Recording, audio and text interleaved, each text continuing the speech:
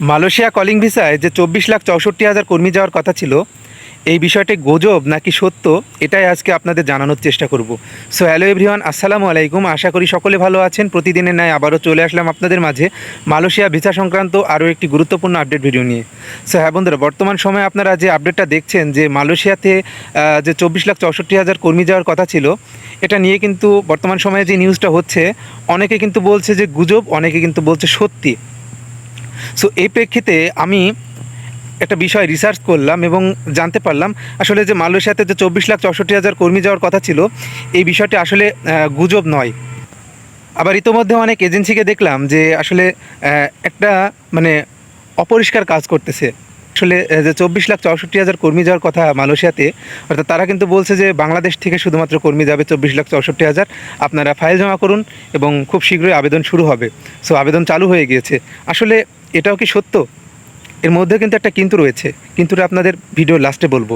So দেখেন যে বর্তমান সময়ে যে আপডেটটা এসেছে, গত 15ই আগস্ট মালয়েশিয়ার যে স্বরাষ্ট্র মন্ত্রণালয়, সেখানে কিন্তু যে তাদের স্বরাষ্ট্রমন্ত্রী, তিনি কিন্তু পরিষ্কারভাবে জানিয়ে দিয়েছেন যে 24,64,000 অর্থাৎ আনুমানিক 25 লক্ষ কর্মী কিন্তু যাবে মালয়েশিয়াতে, এবং এর আবেদন কার্যক্রম কিন্তু শুরু হয়ে গিয়েছে। অনেকে কিন্তু বলছে আসলে শুরু হয়ে গিয়েছে তাদের জন্য যে সকল কান্ট্রিতে আসলে মালয়েশিয়া কলিং ভিসা ওপেন রয়েছে বা মালয়েশিয়া ভিসা তাদের জন্য ওপেন রয়েছে।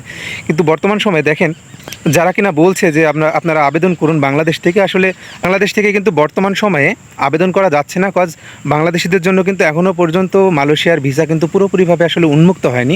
শুধুমাত্র দেখেন ভিজিট ভিসা ওপেন রয়েছে, অর্থাৎ অন্যান্য যে সকল ভিসা, স্টুডেন্ট ভিসা, এ সকল ভিসাগুলো কিন্তু ওপেন রয়েছে। সো 24,64,000 যে কর্মী যাওয়ার কথা, এটা কিন্তু সত্য। আসলে এটা একেবারে যে গুজব সেটা নয়, অর্থাৎ গুজব নয় বিষয়টা। সো তারা কিন্তু 13টি খাতে কিন্তু নির্ধারিত যে 13টি খাতে কিন্তু তারা এই 24 লাখ যে 64,000 যে 67,000 যে কর্মীটা যাবে, সো এটা কিন্তু 13টি খাতের জন্য কিন্তু বরাদ্দ করেছে।